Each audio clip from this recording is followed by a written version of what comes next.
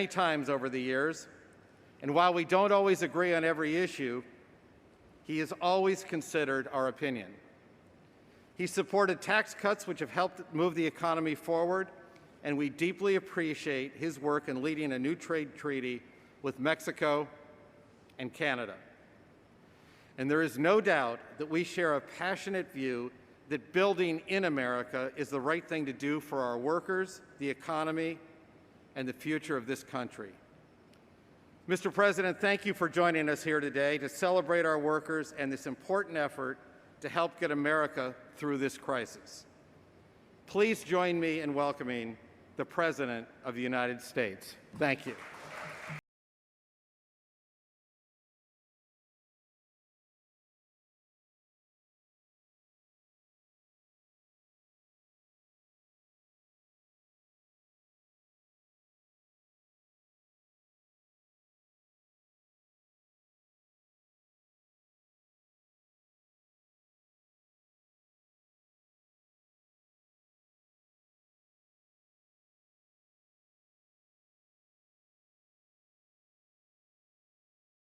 Thank you very much. I like that dais very much, actually. It's very special.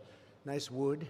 Beautiful, like the dashboards on your cars, Bill, right? Absolutely. Thank you. And I just heard you're going to be having 2,000 more jobs right down the road for the Bronco, which is a big winner.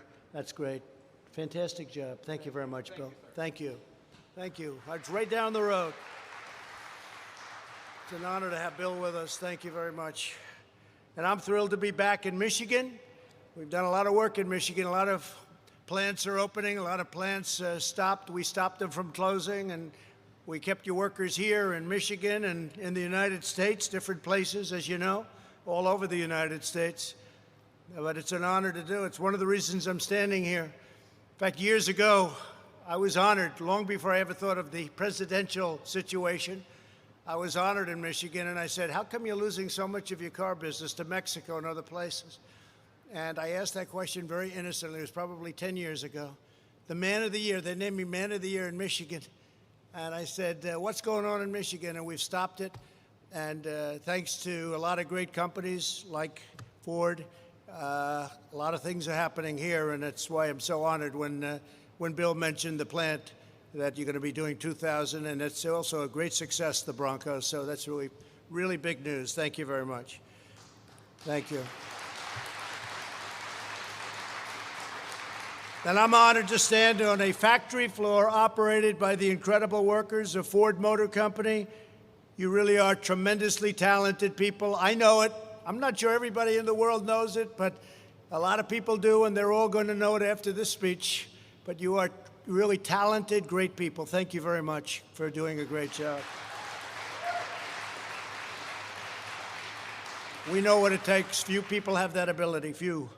In our nation's war against the invisible enemy, the hardworking patriots here today answered the call to serve.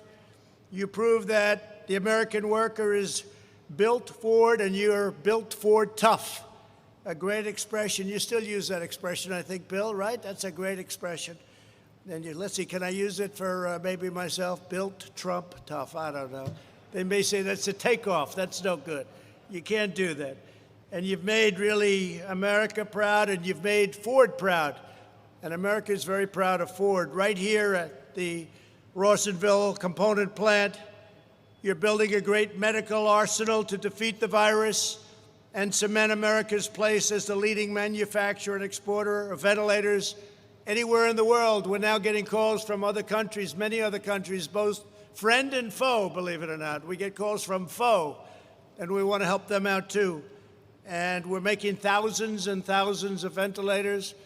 And I think we really sort of started right over here. We got a call very early on from Bill and the group. And this is incredible what's happened and what you've done. With your help, not a single American who has needed a ventilator has been denied a ventilator, not one. And as you remember, we took over empty cupboards. The cupboards were bare. And we got into the business of ventilators and testing and all of these other things. Now we've done 14 million tests. The second country is at 3 million and less than 3 million. Germany, South Korea, and they've done a good job, but we're at 14 million tests, and the tests are the best of all. But On behalf of our entire nation, I want to say thank you very much. Thank you very much for doing a great job. Driven by the love and sweat and devotion of everyone here today, we're saving lives, we're forging ahead, and as of this week, the beating heart of the American auto industry is back open for business. That started right away, didn't it? It starts right now. And you have all those supply chains coming in. They're going to come through, because if they don't come through, just build the product right here, okay? Because, you know, that could happen too. But we heard that. It's a big story that we're starting with the cars now, and it's going to be a big success. In addition to many wonderful UAW workers, we're joined by Secretary Ben Carson, who's done a fantastic job. Where's Ben? Ben is here. Thank you, Ben. Where is he? Oh, there he is. Hi, Ben. Thank you, Ben. Thank you.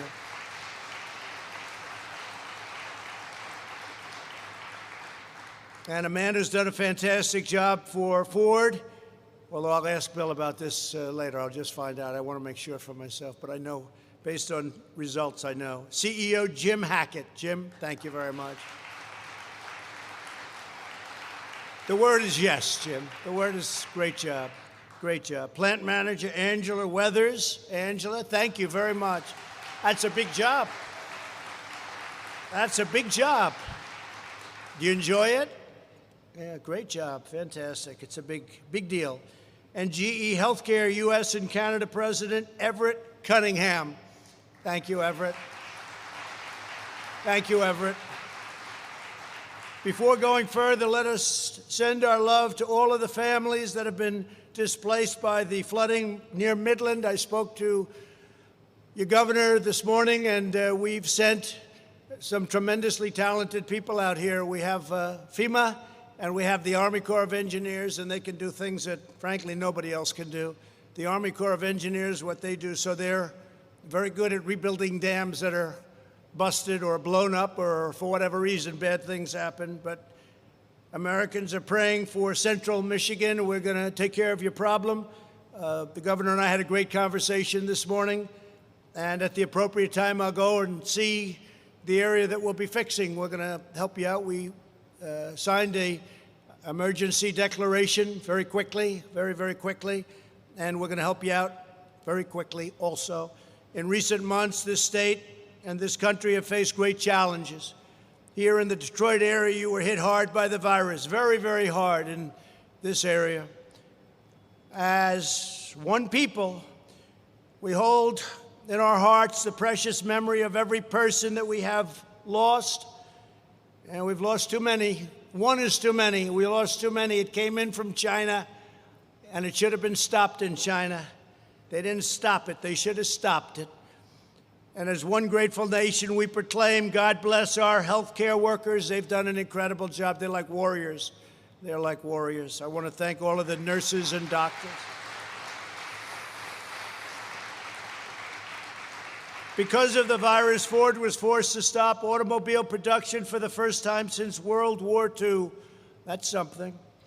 But you did not despair. Your company leadership called up the White House and asked the most American of all questions, how can we help? True. I said, that's nice. That's very nice. Every one of the workers in this project volunteered to take part in the greatest industrialization and mobilization project that our society's done, the American people have done in our lifetimes. The company founded by a man named Henry Ford, good bloodlines, good bloodlines. If you believe in that stuff, you got good blood. They teamed up with the company founded by Thomas Edison. That's General Electric. It's good stuff. That's good stuff. And you put it all together. They're all looking down right now, and they'd be very proud of what they see. You began the production of 50,000 life-saving ventilators, a number that if you go back just 2 months, I would say most people would say it would be impossible to believe. The media's back there, and they would have said a couple of months ago the creation of that many ventilators would have been not a possible thing. Every single one of these ventilators is made in the USA with American heart, American hands, and American pride. Just as your great-grandparents produced more than one Model T every minute, Just as your grandmothers and grandfathers produced a B-24, you did the B-24 bomber. I saw pictures in the back. That was quite a weapon. It was quite an incredible weapon. B-24 bomber, and just as a Ford F-150 normally drives off the line every 52 seconds, you quickly mastered this complex new machine. A ventilator is a very complicated, delicate, big, expensive machine. 1 month ago, Ford had never built a single ventilator, and now you're a world leader. That's not bad. You adopted the designs of a company that was building just 10 a week, but a very high-quality ventilator. And very soon, you'll be producing 1 new ventilator every single minute. It's an absolute amazing achievement, and you're really helping now beyond the country. You're helping other countries throughout the world. We have 188 countries that are fighting this terrible enemy. And ventilators are something they could never. You can do cotton swabs. You can do all of the things. You can even do testing, but ventilators are a whole different lot. It's very tough. So, great job. Thanks to you, we'll stockpile over 100,000 new ventilators in the next few months and have offered over 14,000 to friends and allies all around the world, and they desperately need them. Just this week, I spoke to 5 countries. They called me, is it possible to get ventilators to them? And I'm sending them over. I want to recognize just a few of the exceptional Americans who made this historic feat possible. Keith Pastorino is an electrician here in Rawsonville. Keith, please tell us what you've done, how you like it. Come on up. Let's see Keith. Oh, look at Keith.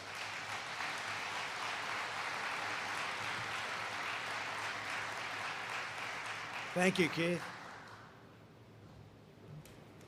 I'd love to grab him and shake his hand, but I guess we can't do that, can you? Well, on behalf of Ford and the UAW, welcome, Mr. President. I'm Keith Pastorino. I'm an electrician.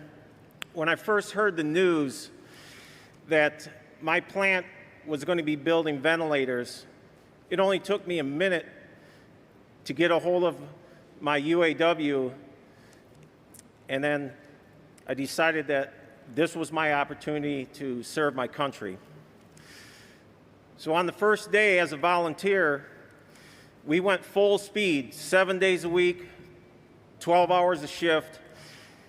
I would go home sore, bruised, had blisters, was bleeding, had trouble sleeping, just because of the pains of that day. But I kept coming back because this is a great nation, and I couldn't say that I'd be more proud of my coworkers for their efforts and their sacrifices to build these fine Ford ventilators, respirators, face masks, and face shields.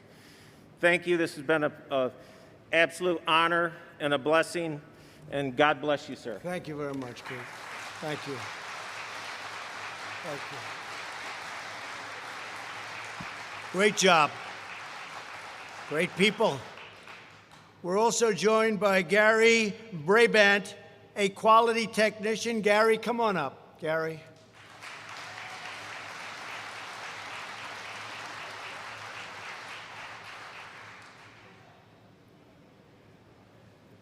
Thanks, Gary. Good afternoon. Thank you, President Trump, for the honor to tell my story. My name is Gary Brabant, and I'm a 4th-generation Ford Motor Company employee. My grandfathers worked for Ford Motor Company during World War II, and my father retired from Rawsonville after 41 years. I always knew growing up I wanted to work for Ford. I am very, very proud of the part of the ventilator project and the amazing job done by Ford and the UAW team here. I had anxiety when I received the call to volunteer. I didn't want to get sick or take it home to my family. However, upon arriving here on the first day, I felt safe due to the new policies and procedures put forth by our UAW health and safety team. It's a great feeling to know everything we are doing here and each assembly we make is saving somebody's life. Thank you, Mr. President, and God bless America. Thank you very much. Thank you, Gary. Thank you, Gary, very much. With us as well is Adrian Price, who has helped lead this effort as one of Ford's top engineers, highly respected. Come on up, please, Adrian.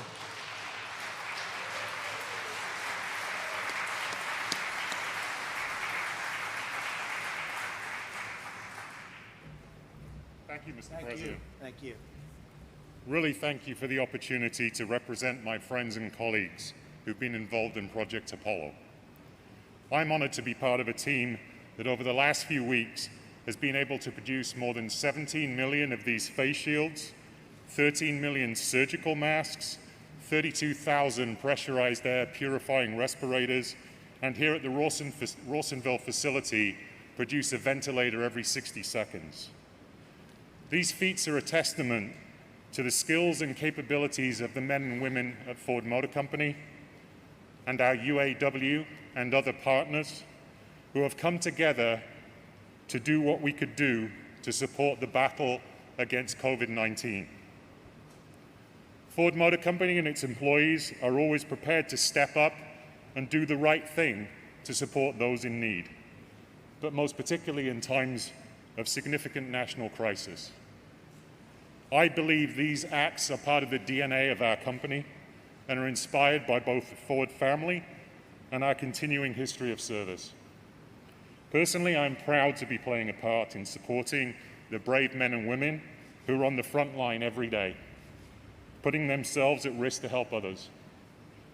And as I stand here today, surrounded by these awesome American-made cars, SUVs, and beautiful trucks, I'm so pleased that our facilities and dealerships are safely in operation and serving the needs of our current and maybe future Ford and Lincoln customers. Thank you, Mr. President. I bought plenty of them. Thank you, Adrian. Yep, I have a lot of those Lincolns. That's great. Thank you very much. The global pandemic has proven once and for all that to be a strong nation, America must be a manufacturing nation. We were bringing it back. 600,000 jobs. Previous administration said manufacturing, we're not doing that. It's gone from this country. They were wrong. 600,000 jobs until we had to turn it off. And now we're going to turn it back on like never before. You'll see numbers that you didn't even see the last time. We're going to rebuild it quickly. It's going to happen very quickly. We're already seeing indications of that. Larry Kudlow gave some numbers that were really inspiring this morning based on what we're hearing and seeing. True national independence requires economic independence. From day one, I've been fighting to bring back our jobs from China and many other countries. Today, I'm declaring a simple but vital national goal. The United States will be the world's premier pharmacy, drugstore, and medical manufacturer. We're bringing our medicines back.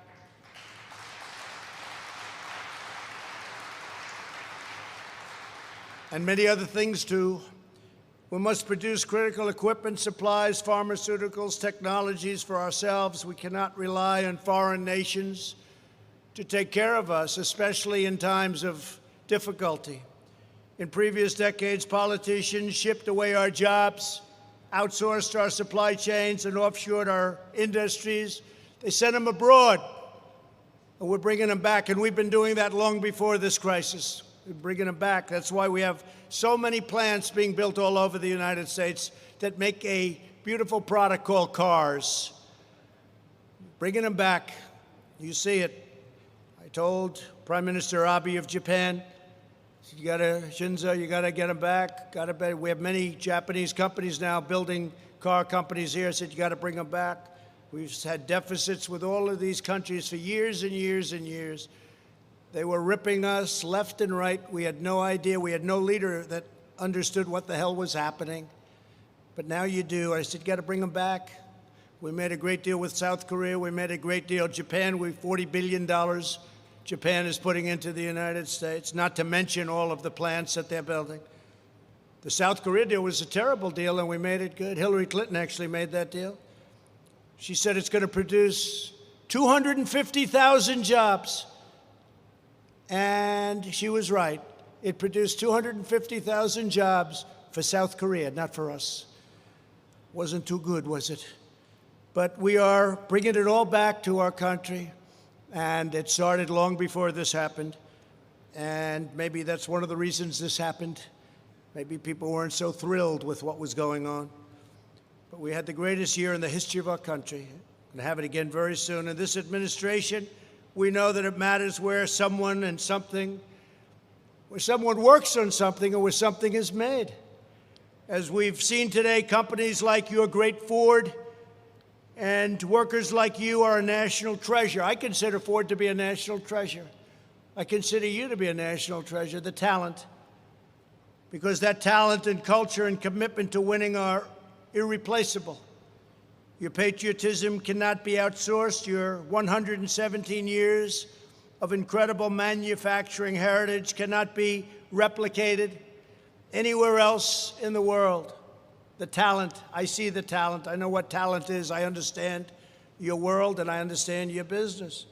That's why in my administration we live by two simple rules: buy American and hire American.